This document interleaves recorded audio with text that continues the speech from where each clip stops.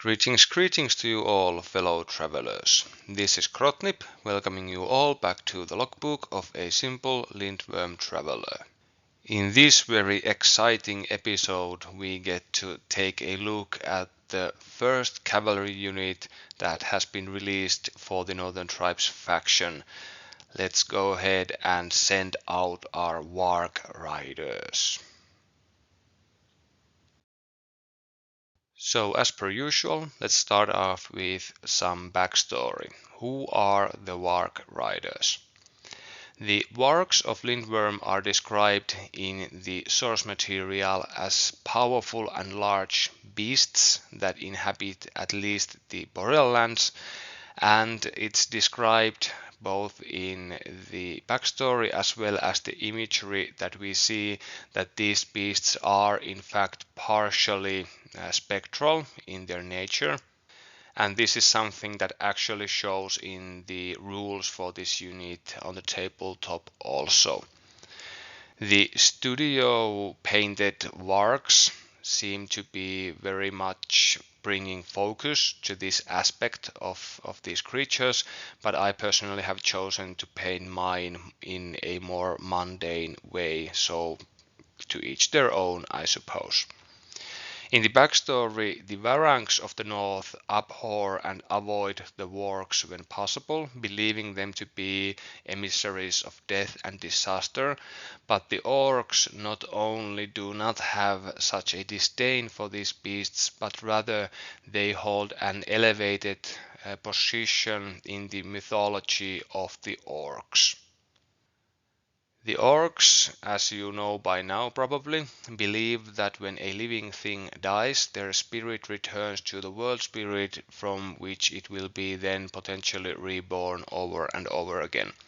But if a spirit refuses to make the transition back to the world spirit, then in the Orcish mythology it's the job of the Wargs to hunt down such wayward souls and by consuming them return them to the circle of life. So this belief alone is enough to raise the Wargs into an exalted position in the minds of the Orcs. In addition to this, there are quite many similarities that the Wargs and the Orcs find with each other. Both are powerful hunters who will kill without mercy, but who will not take from the nature what is not theirs to take, what they don't need. And this fierceness and this mutual respect has in time brought these two species closer together, and it was in some forgotten time when an orc hunter saved a warg cub that this relationship rose to the next level, and in the modern times of Warcrow it is quite common for powerful orc hunters with close relationships with their warg packs to actually ride these beasts into combat. Wolf riders in this or that form are one of my absolute favorite fantasy tropes of all time, and I really love what Corvus Belli has done with their interpretation of this type of unit. These are no sly light cavalry scouts. These Warg riders mean business, and their business is riding down their enemies and tearing them apart, which is also reflected on the unit card of this particular group of orcs.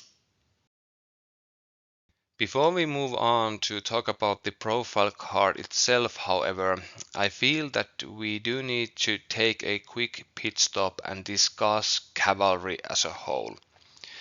The Warg Riders and the Black Angels that were released alongside them are the first cavalry units to be released into the game of Warcrow. Being cavalry does not actually confer all that many different special rules and abilities to a unit per se. It's mainly that the unit stat line that's affected by the fact that we are talking about a cavalry unit, mainly the combat performance and speed granted by the larger base size. But also the cavalry type does combine with certain abilities. For example, bulwarks, chargers, folly is more powerful against cavalry, and also certain terrain, for example, dense forests are rugged for cavalry and golem units, but not for your standard infantry.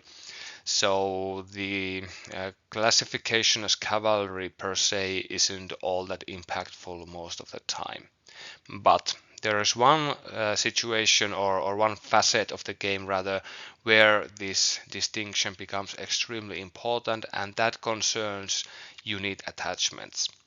Since most of the units in Warcrow are infantry units and most of the characters are designed as infantry characters who can join various types of infantry units, they won't be able to join cavalry.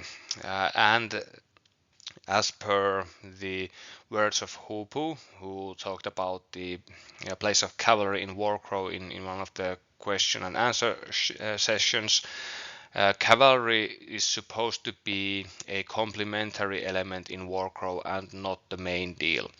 So we are expecting to have our cavalry unit take a supporting role on the battlefield, and we are expecting them to have access to far fewer unit attachment and support options when compared to your standard infantry.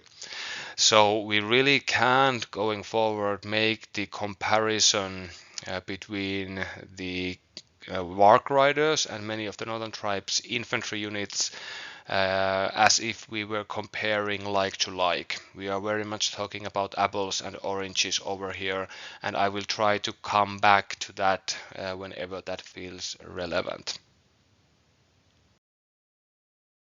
Here we see a what I expect to be Corvuspelli released image of the Warg Riders taken from the fan-made Warcrow Army Builder, a website that has made my work a whole lot simpler with these videos. So thank you again for the people responsible. A unit of Warg Riders costs 35 points to add to your company, which is not an insignificant amount of points, but at the same time for a cavalry unit with these types of capabilities that isn't too much either, I feel. Making a direct comparison with our infantry units when it comes to the points cost isn't going to be fair, I feel, so let's just leave this 35 points as somewhat pricey and go ahead and talk about the rest of this unit. For the uninitiated, the 3-2 standard movement of the Warg Riders might seem slow as your standard Orc infantry units actually, but this is far from the truth. We do need to remember that a standard infantry base size is 2 strides, so you effectively add that 2 strides for every move that you make. And with the Warg Riders and other cavalry and large units, you're actually working with a 4-stride base size, which you get to add to each of your moves. So that actually extends this movement to a far quicker a pace than these stats by themselves would tell you. If you want to visualize what the Warg Riders movement would look like on the table, if they were a infantry unit with 2-stride bases, this would be a 5-4 movement, so even faster than the fastest of Varang units that we have access to at the moment. So they are quite decent enough when maneuvering for position. There is nothing so lowly as decent when it comes to their charge distance, however, because 14 strides is the longest charge distance that we have in the game, even before we factor in that enormous 4-stride base, meaning that the Warg Riders actually have a whopping 18-stride threat range from where they start their movement. So if there is enough free space for them to make the charge and they can see their target, they should be able to get there, and that's quite powerful.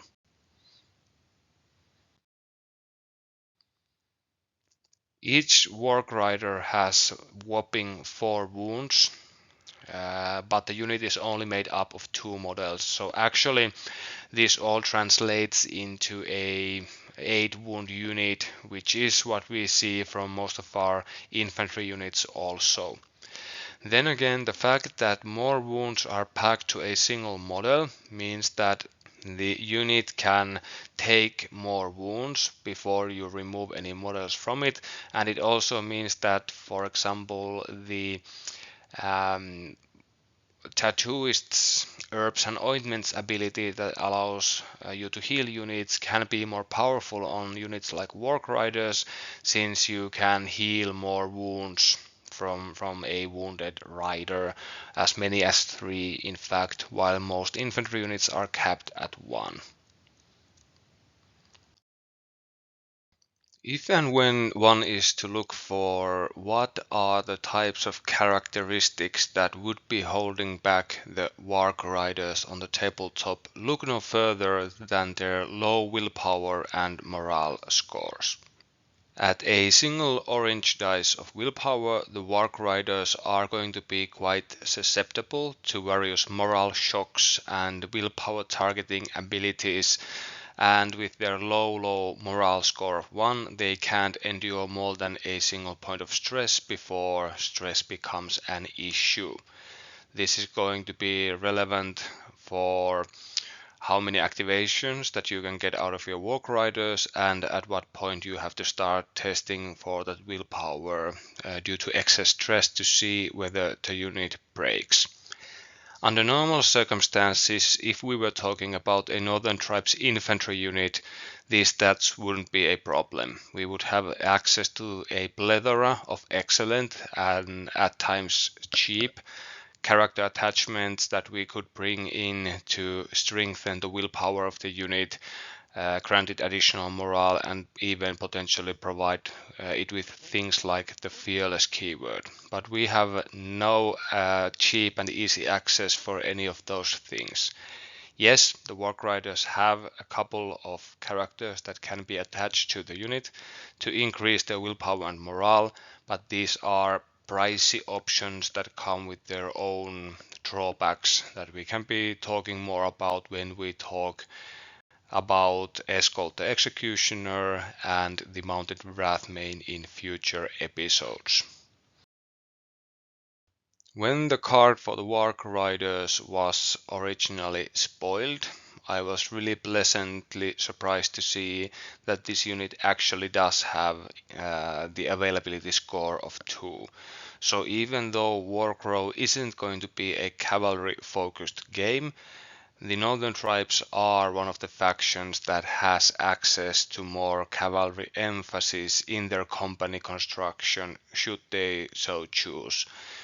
Our hegemony opponents aren't so lucky. The Black Angels only have availability 1, but the Northern Tribes forces can indeed include 2 units of Warg Riders, which is pretty great. Speaking of cavalry, the unit type of the Warg Riders is very unsurprisingly Orc cavalry. We have discussed what the cavalry tag means already. The Orc tag over here is actually more of a boon, because many of the abilities that our characters have actually are more helpful towards Orc units than Varang units, especially when we don't have to consider who can join who, which is essentially the case with the Warg Riders.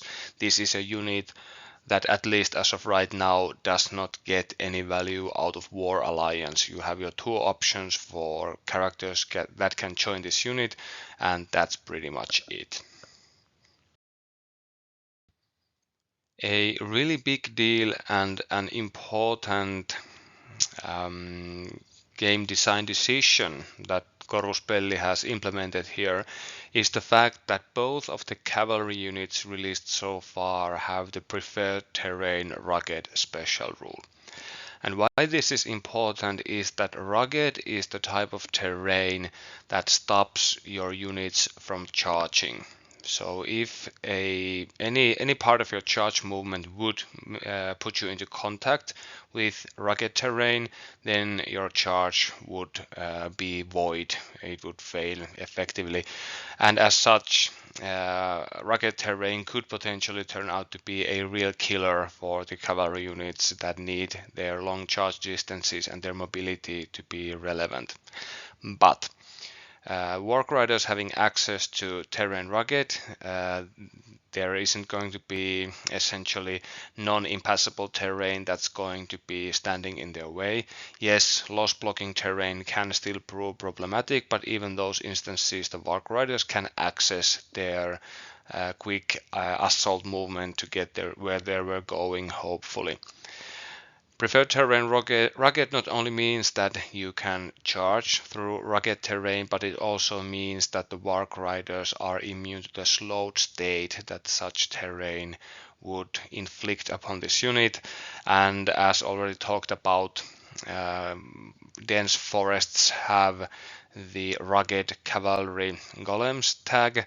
That means that Warg Riders will be more or less at home in forests despite them blocking line of sight for this feral cavalry unit. The last two keywords on the unit are damage dealing wise quite important.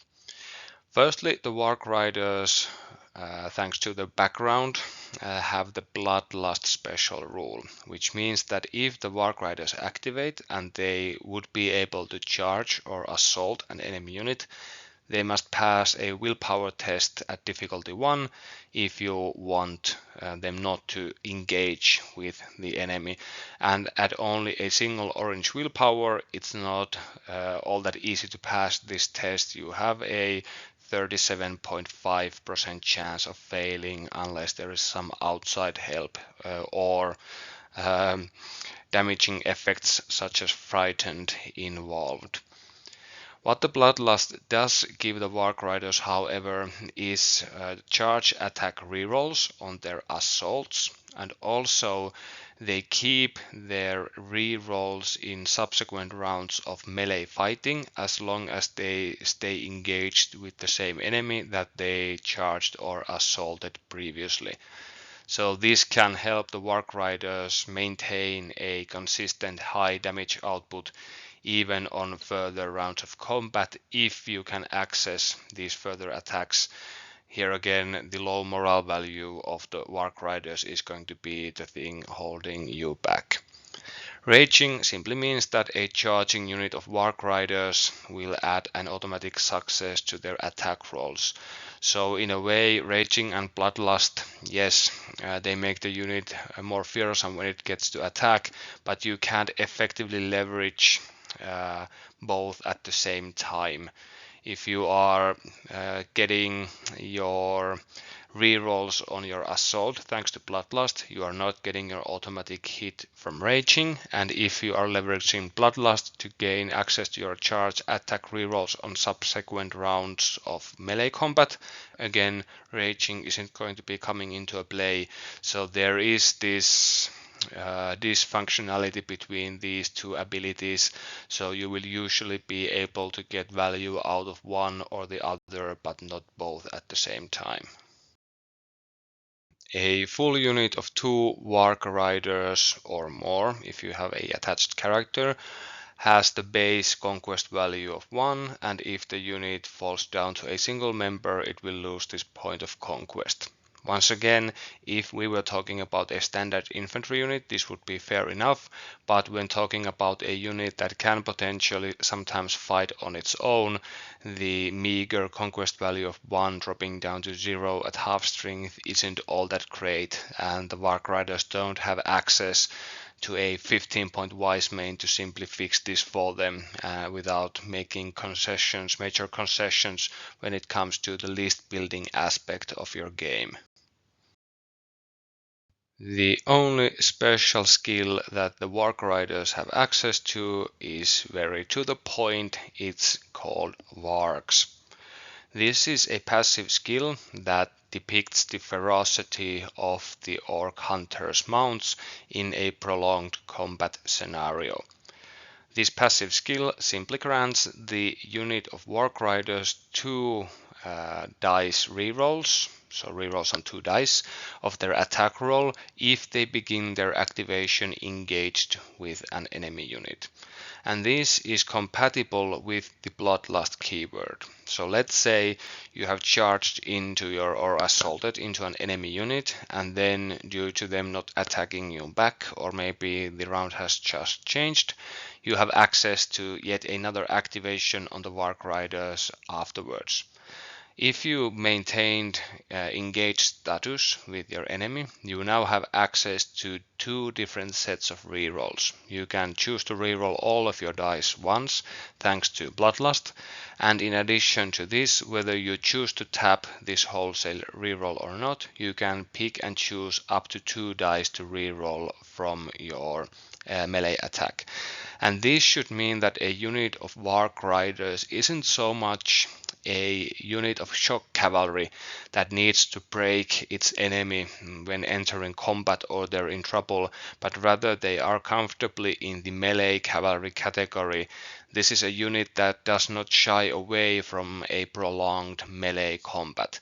Yes, you effectively lose access to raging in this case, but the increased accuracy of your attacks thanks to the plentiful rerolls should in most instances be able to more or less cover for the shortcoming of losing raging. So the Warg Riders are the type of unit that don't need to push away their enemies, don't need to disengage and charge back in.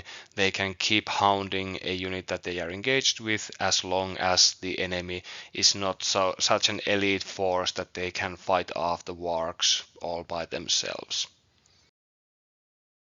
And here we finally have the attack breakdown of the Warg Riders.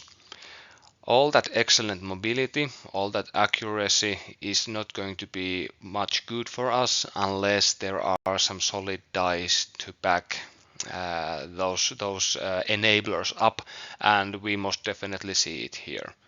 At full strength, the Warg Riders have access to an excellent damage roll of 3 red dice and a yellow, and should you be unlucky enough to lose half of your riders, then you only need to downgrade a single red dice into an orange dice and you are still pretty much good to go.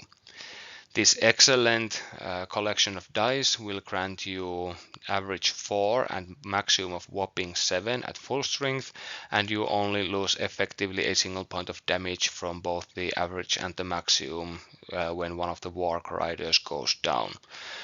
Obviously, if you can tap raging, then you get an additional automatic hit in there, and in subsequent rounds of combat after charging, you may be able to access Bloodlust and or Wargs to increase the accuracy of your attacks.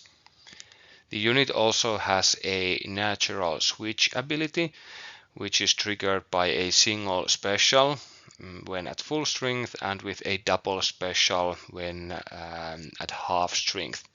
In both instances, the effect is exactly the same. The enemy attacked by the Warg Riders gets the vulnerable state, which makes them even more susceptible to future attacks by the Orc cavalry. Even though the requirement of triggering the switch goes from a single special into 2 specials when at half strength, actually if and when the Fightbird Warcrow dice calculator is to be believed, there's actually a higher chance of triggering the effect at under half strength due to the fact that the red dice are naturally quite bad at providing special symbols, and the orange dice has double the access to them. As you can see from this breakdown, the Warg Riders also have a limited access to some hollow successes and also a extremely small amount of hollow specials. This is something that I would like you viewers to focus on, because a lot of people have been talking about and enjoying running Escort the Executioner with the Warg Riders, and one of the big things that Escort does is grant the elite keyword to the unit that he joins. But In the case of the Warg Riders, Elite doesn't actually improve their offensive performance all that much, since there aren't all that many hollow symbols to be gained on their attack rolls, and also because of the high accuracy of their attacks thanks to charging with high movement, bloodlust and or wargs, means that you can usually re-roll the dice if you are facing a lot of hollow symbols. So I find the value prospect there to be questionable, if not downright suboptimal. Before moving on to the defense breakdown, you can also see that the Warg Riders innately lack a offensive push modifier and a defensive push modifier also. So this is a unit that won't be stressing itself for some extra performance when on the offensive or on the defensive. Then again, we are talking about a high performance unit that would like to activate quite a lot if it has the moral allowance to do so. So I would be skeptical of us using those push modifiers all that often anyway, even if we had access to them. Obviously, having them would be better than not, but this isn't the worst unit not to have push modifiers on. Okay, now on to the defense breakdown itself. As you can see, the Warg Riders are, especially at full strength, rolling quite a handful of dice on the defense, and most of these, the majority of these, are actually quite strong defensive dice. With a single green and double blue, the Warg Riders should on average be rolling about 2 blocks per defense roll, and they have access to a ceiling of 4 thanks to the double block found on a single facing of the green dice. This block total is reduced by 1 both on the average and at the maximum when the unit gets knocked down to a single rider, but at the same time 1 to 3 blocks isn't all that bad for a Northern Tribes unit, especially one with such a high amount of wounds per model. The Warg Riders also innately have offensive dice baked into their defense roll, so I would consider this to be almost a free push modifier of theirs. Most of the push modifiers, defensive push modifiers that the Northern Tribes units have, are actually more about trading in damage against your opponent rather than increasing the survivability of the unit in question per se.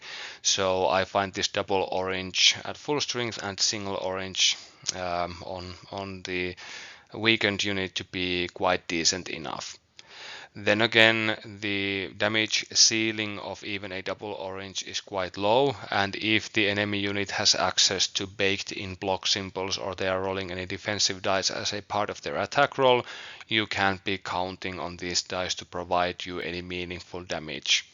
Then again, fragile enemy units that don't incorporate any defensive mechanisms on their attacks could be hesitant to engage the Warg Riders for the fear of them taking a couple of wounds thanks to these orange dice.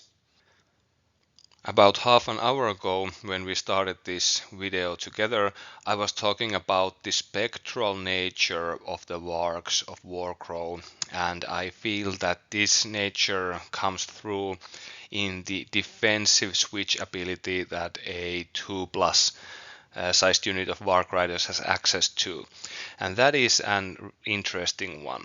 This is a hollow special switch that should trigger about 68% of the time. The blue and the orange dice are the best ones for fishing for those hollow special symbols, and thus you should be able to access this ability quite often. And what this switch does is that it allows the Warg Riders to place 3 strides to disengage from their opponent. And this is really important because this is not a displace, push, effect. This is a place effect, and the place effect means that you can phase through models, including enemy models, when accessing this movement. So if you are able to trigger this defensive switch, you can effectively pass through the enemy unit that you are engaging and get behind them thanks to the large base, the 3 strides being more than the 2 strides of base that your opposing unit has, and due to the fact that they have been forced to place as many of their models in base contact with you as possible, there should usually be a way for you to get behind them. There are no rear or flank charges or attacks in Warcrow, so this doesn't actually improve your chances of inflicting damage against the set unit unless you are willing to simply disengage to charge them the next time around. But what this can allow the Warg Riders to do is to, under the right circumstances, bypass the enemy front line to get to the juicy stuff behind. And while this ability is quite unreliable, you need to be able to trigger it first, and secondly, you need to be able to place your Warg Riders in a way that you can actually make use out of this ability. And third, and most importantly, you need to be not full on stress and have an activation marker on you so that you can still activate the Warg Riders after. But against a careless enemy, this can potentially result in a situation where, let's say, they try to counter-attack a unit of Warg Riders that has smashed into their lines. You are able to trigger this switch and then effectively teleport your Warg Rider or Warg Riders behind the enemies that are currently engaging them, and lo and behold, you have something like Dragger the Anvil, some support characters or otherwise valuable and not all that durable pieces hidden behind the front line that you can then engage in the next round of fighting and so forth. So not a super common to access ability, I think, but a potentially really devastating one if and when you can get the most effect out of this one.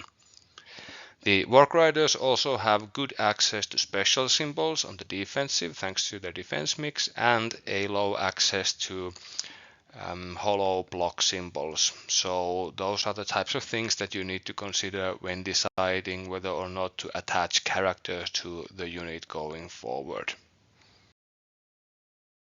Alright, that leads us neatly to the final analysis. I find the Warg Riders to be fast and powerful melee cavalry that mostly rely on their strong stat lines to carry the day. Their preferred terrain rugged means that they won't get impaired by difficult terrain. Basically, impassable terrain and loss blocking terrain are the only kinds that can provide respite against this deadly force of nature. But you do need to remember that the Bloodlust ability keyword means that sometimes when you would prefer to maneuver the Warg Riders around, they instead choose to engage with the enemy. But hey, that's what they're there for in most cases anyway, so it isn't all that bad. Thanks to Bloodlust and Wargs, the Warg Riders aren't half a bad unit in a prolonged melee. But at the same time, their lackluster morale value means that they won't be able to chain together a bunch of activations under most circumstances, at least unless you invest in the support required for them. They do have access to quite a strong defensive switch at full strength. If the stars align, you are able to access this ability and your opponent has been careless or desperate enough to leave themselves open to a phase-through attack by the Warg Riders. While it is true that the Warg Riders do suffer from low willpower and morale, and they have a bunch of symbols that they cannot use on the attack and on the defense, and these are things that make attaching characters to the unit feel like a lucrative proposition. At the same time, we are at the end of the day talking about only a 35-point model unit that can indeed act and perform well on its own. So choosing to invest close to the unit's worth in a attached support character, or in the case of the officer in the Mounted Wrath main, more than the cost of the unit in order to make it more powerful, may not always be the best idea, and sometimes the answer might be just getting more Warg Riders, more Orcs of other type to your list, and simply letting your duo of Warg Riders do what they do, and let your opponent be the one to stress how to counter them, because 35 points in a game of Warcrow isn't all that much at the end of the day. This is also one of those units that can perform quite well even after having suffered half casualties, so essentially you can get most of the